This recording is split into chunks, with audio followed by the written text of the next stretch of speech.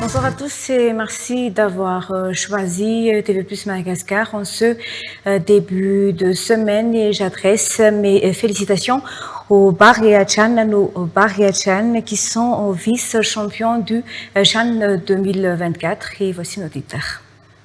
Les Baréas, vice-champions du Chan 2024, ont été reçus et décorés par le président de la République ce jour au Palais Diavelou, une cérémonie officielle au lendemain de l'accueil triomphal des Baréas par tout le peuple malagasy.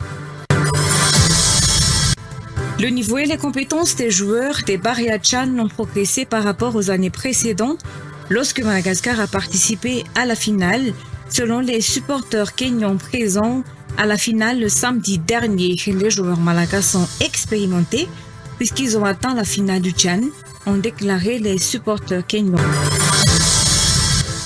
Désormais, l'importation de légumes tels que les carottes en provenance d'Antananarivo pour alimenter la population de la région de Sofia diminue progressivement.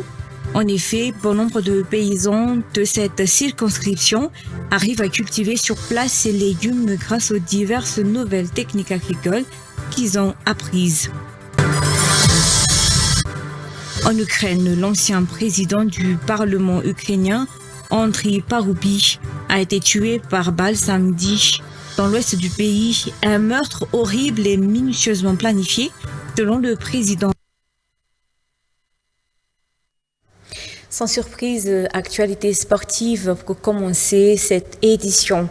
Le niveau et les compétences des joueurs des Bariachan ont progressé par rapport aux années précédentes lorsque Madagascar a participé à la finale. Selon les supporters kenyans présents à la finale le samedi dernier, les joueurs malagas sont expérimentés puisqu'ils ont atteint la finale du Chan, ont déclaré les supporters kenyans. Les Bariachan ont réussi à réunir tous les Malagas, selon les supporters qui sont spécialement venus de Madagascar pour l'occasion. Ces derniers ont ajouté que les Bariachan ont besoin d'un soutien continu. Les Kenyans présents à la finale samedi dernier ont reconnu que les performances des joueurs malagas s'étaient améliorées. Ils ont réalisé une incroyable performance face aux Marocains lors de la finale, reconnaissent les Kenyans. Of course, I was in Morocco because last time Madagascar, you know what you did to us. We didn't like it, but it's football. It's football. How do you find the level of the players from Madagascar? Madagascar is good like this. They are good players, top. Especially our goalkeeper. He's so experienced. I like him. Yeah, for me, I like the Madagascar midfielders. The one with the brown dye. That guy is so good. Really enjoyed ourselves. The final was electric. We've never seen anything like this before in Madagascar. I think the young boys have a very bright future. We've seen what they've done in 2018 during the African Cup of Nations, but now they've done amazing. They defeated us maybe yes, bad, but Madagascar is going to go far. We're really happy. Excellent. Pour les supporters malagas venus au Kenya, il est encourageant de constater que les Baréas ont réussi à fédérer tous les Malagas, ont-ils déclaré. Les efforts des joueurs méritent d'être soutenus et c'est l'une des raisons pour lesquelles les supporters ont assisté à la finale au Kenya. En football, les supporters jouent un rôle majeur car ils sont le deuxième joueur sur le terrain. Autre sujet, la vétusté des infrastructures pénitentiaires ainsi que l'absence de renouvellement des équipements depuis 1936 figurent parmi les causes majeures des évasions de détenus selon le syndicat des agents pénitentiaires. Ces incidents sont considérés par le syndicat comme des accidents de travail. À Madagascar, un seul agent pénitentiaire est chargé de la surveillance de 12 détenus, ce qui n'est pas conforme aux normes internationales. Plusieurs agents se retrouvent aujourd'hui poursuivis devant le PAC, le pôle anticorruption, en raison de ces incidents qualifiés de fautes professionnelles. D'après les explications, actuellement 8 agents sont placés sous mandat de dépôt à la maison centrale de Madang. Le syndicat appelle les autorités étatiques à se pencher urgemment sur ce dossier qu'il juge profondément injuste. Elisa Herman. Les agents pénitentiaires sont poursuivis devant le pôle anticorruption pour des fautes considérées comme professionnelles, d'après les dires du syndicat des agents pénitentiaires. Ces procédures font suite à des cas d'évasion de détenus dont ils sont tenus responsables. 8 agents sont actuellement incarcérés à la prison centrale de Mahadiang. L'environnement dans lequel travaillent les agents pénitentiaires à Madagascar demeure en effet particulièrement précaire. En plus de la vétusté des infrastructures et de l'obsolescence des équipements inchangés depuis 1936, le manque de budget alloué à l'administration pénitentiaire rend leurs conditions de travail extrêmement difficiles, selon le syndicat. À cela s'ajoute une insuffisance chronique d'effectifs. Un seul agent doit assurer la surveillance de 12 détenus, alors que la norme internationale recommande 5 détenus par agent. Le nombre de détenus ne cesse de croître, sans qu'aucune rénovation structurelle ne soit entreprise. Le syndicat considère que les cas d'évasion doivent être qualifiés de fautes professionnelles.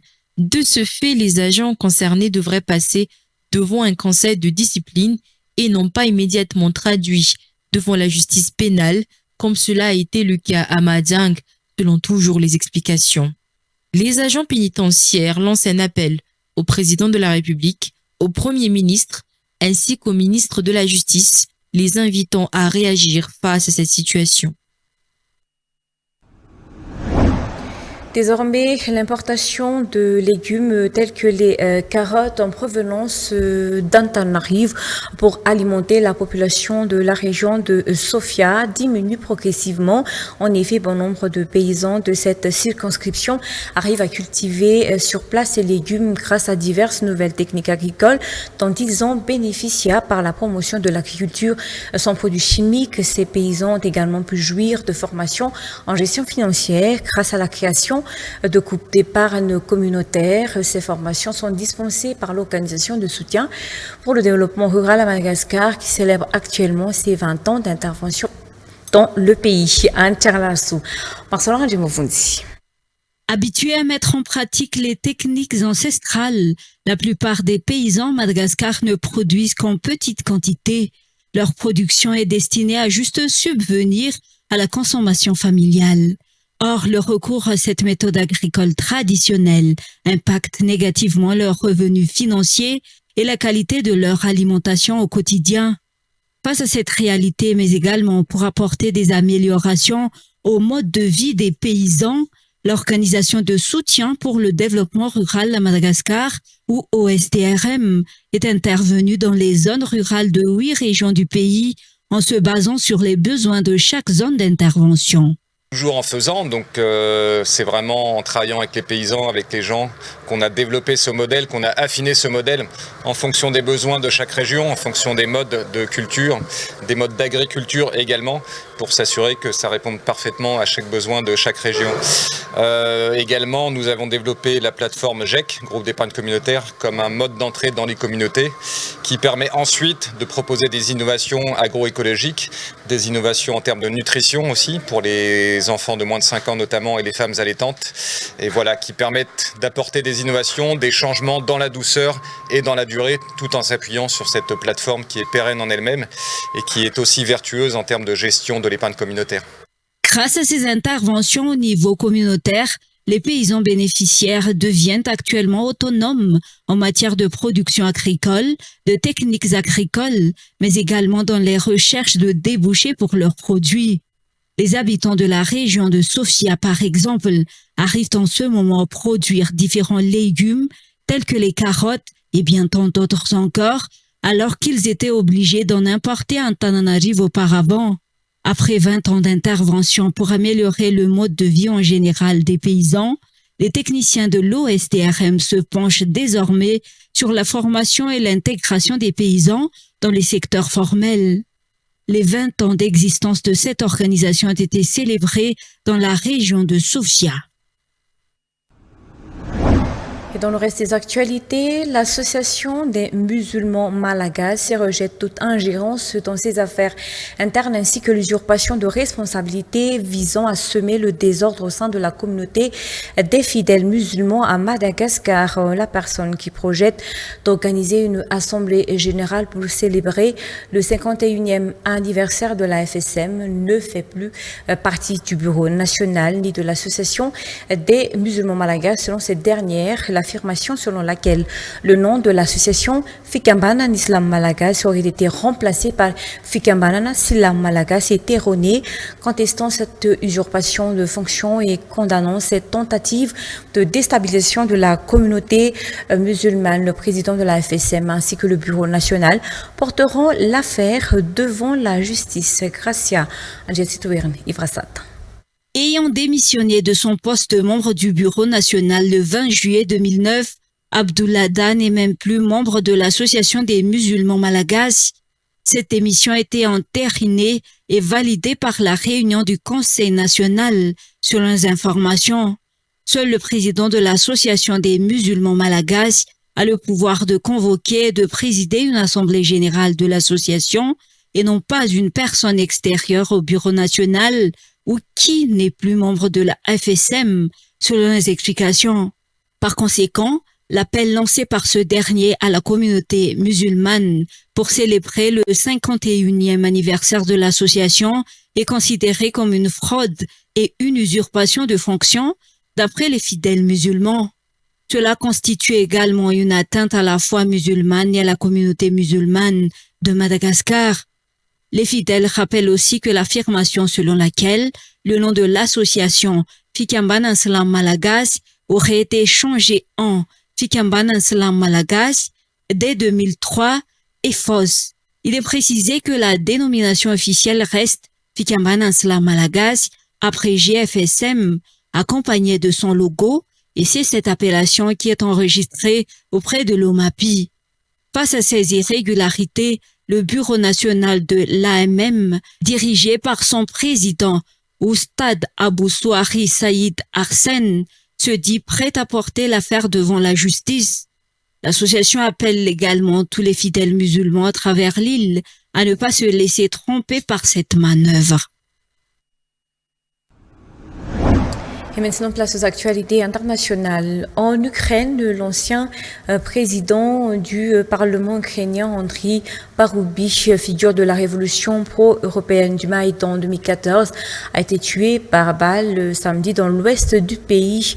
Un meurtre horrible et minutieusement planifié, selon le président Volodymyr Zelensky. Les précisions sur France 24. La population et la classe politique ukrainienne sous choc de ce meurtre qui s'est déroulé aujourd'hui en plein cœur de Lviv, en plein jour, en pleine rue. Donc il y a eu des images qui ont été diffusées du corps d'Andriy Paroubi, donc assassiné aujourd'hui. Un meurtre minutieusement préparé, a dit Volodymyr Zelensky. D'autres réactions au sein de la classe politique, en premier lieu celle de l'ancien président ukrainien Petro Poroshenko, qui a dit qu'avec ce meurtre, c'était un tir en plein cœur de l'Ukraine. Le ministre des Affaires étrangères, Andriy Sybiha, a lui salué un homme d'État, un véritable patriote. Il fait référence ici aux actions d'Andriy Paroubi, qui était non seulement l'ancien président du Parlement ukrainien et l'ancien secrétaire du Bureau de défense et de sécurité nationale, il était aussi une des figures clés de la révolution de Maïdan, comme vous l'avez mentionné, une figure politique très apprécié ici. Volodymyr Zelensky a d'ores et déjà annoncé l'ouverture d'une enquête par le parquet ukrainien pour faire toute la lumière sur les circonstances de cette mort. Maintenu chez le plateau du journal de TV+ Madagascar, on fait honneur au Bahia Chan ce soir et c'est également la fin de cette édition. Très bonne soirée à tous.